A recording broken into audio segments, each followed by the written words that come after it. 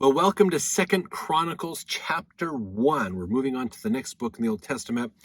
If you have not been following all the books all the way through, which I absolutely recommend you do, if you do one chapter a day, that's one video a day, on our YouTube channel, you can go through all the Old Testament basically it takes, I think Old Testament's about a 2-year journey if you do one chapter a day.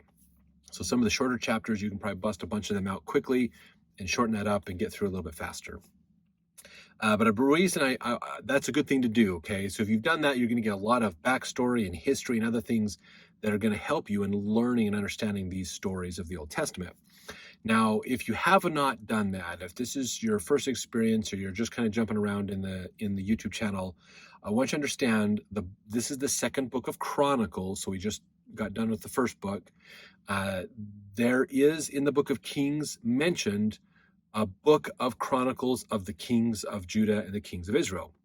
This is not that book. That is a book we haven't found yet that's mentioned. So this is a different kind of Chronicles. Now, if you think of Chronicles or chronicling something, it is documenting something. You are writing it down, preserving it for history.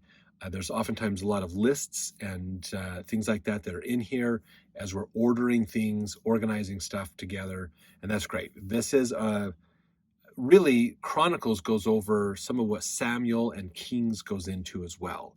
So this gives us a little bit more different perspective than what we got back then, but it's the same stories, just told in a little bit different way, basically. So when you combine them together, you get a more full story as well. So when we reference Samuel and Kings, if you watch those videos as well in conjunction with the Chronicles videos, you'll get a more full version of the story from the Old Testament.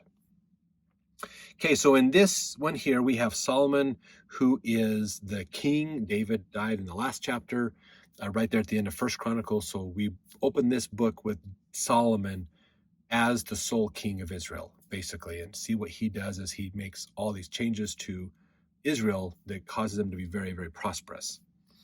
Now, verse 1, and Solomon the son of David was strengthened in his kingdom, and the Lord his God was with him, and magnified him exceedingly. Then Solomon spake unto all Israel, to the captains of thousands and hundreds, and to the judges and every governor in all Israel, the chief of the fathers. So Solomon and all the congregation with him went to the high place that was at Gibeon, for there was the tabernacle of the congregation of God, which Moses the servant of the Lord had made in the wilderness. Now we just pause here for a second. This temple, this is not the temple, basically. This is the portable tabernacle Moses was commanded to build so that Israel could march for 40 years in the desert. This is the tabernacle that they carried with them. It got brought over to a hill at Gibeon, and that's where they put it up with Joshua, the next person that leads Israel right after Moses. They put it up with Joshua, and there it has stayed, basically. Some rulers have used it, some have not, but it's been there for centuries, basically now. And so Solomon goes up there with all the leaders in Israel. Verse 4, but the ark of God had David brought up from Kirjath-jearim to the place which David had prepared for it, for he had pitched a tent for it at Jerusalem. So verse 4 is talking about the ark of God. Traditionally, if you remember, it was kept in the ark was kept in the Holy of Holies in the tabernacle, which was at Gibeon. Well, during one of the final battles that Saul went through, they brought the ark out and they brought it to the battlefield to give Israel more strength and power to, stir the people up to fight. They're fighting against the Philistines. Well, the Philistines took the ark because Israel lost that battle. They abandoned the ark, basically, so they took it and kept it in the temple of their god, and so their idol, basically. And then their idol fell over and was not in good shape after being near the ark.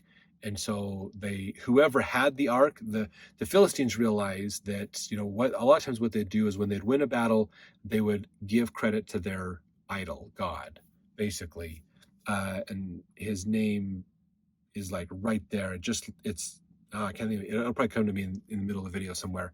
But anyways, usually what they do is they would take the spoils of the war, whatever is like a victory trophy for them to represent the war, and they would put it in the temple of their god near the idol, so it would give thanks and back to that God that they were worshiping at the time. They put the Ark of the Covenant in there, and all kinds of chaos happened, like pestilences, all kinds of problems were happening to the Philistines, and they realized it's because of this darn Ark. They passed it to the next city, next Philistine city. Suddenly that Philistine city started having problems. The other one was getting better. So then they're like, it's got to be the Ark. It's the only thing that's common between us. So they basically gave the Ark back to Israel. They just took it, dropped it off on the outskirts of town outside. They let them know, hey, come get your Ark. We don't want it anymore. And then they left. So Israel grabbed the Ark, and it was at Kirjath Jearim, and then David brought it back to Jerusalem via the house of Obed. And there's a funny story about Obed, and he got greatly blessed. And then David saw how blessed he was getting, decided we need to move that to Jerusalem. So they've built a tent in Jerusalem for the Ark to stay in, because David wanted to build a permanent structure, but couldn't. God blocked him on that one. So he couldn't do that. So Solomon's going to be building that one. But it's there in Jerusalem for the first time in a tent, basically to keep it protected and covered. So that's kind of the whole backstory of verse 4. Now, verse 5, moreover, the brazen altar, we would call that a laver or the baptismal font. They kind of had two. One was bigger. It eventually got bigger, and where you could be immersed into the water. A lot of times when Israel was doing the traveling tabernacle, it was a smaller brazen where they would pull it off to kind of sprinkle the water on you as well. It says, moreover, the brazen altar that Bezalel, the son of Uri, the son of Hur, had made, he put before the tabernacle of the Lord, and Solomon and the congregation sought unto it. So they have this brazen altar, and the traveling tabernacle, Solomon and the elders are coming up to it. Verse 6, and Solomon went up thither to the brazen altar before the Lord, which was at the tabernacle of the congregation, and offered 1,000 burnt offerings upon it. In that night did God appear unto Solomon, and said unto him, ask what I shall give thee. And Solomon said unto God, thou hast showed great mercy unto David my father, and hast made me to reign in his stead. Now, O Lord God, let thy promise unto David my father be established, for thou hast made me king over people like the dust of the earth in multitude. Give me now wisdom and knowledge, that I may go out and come in before this people, for who can judge this thy people that is so great?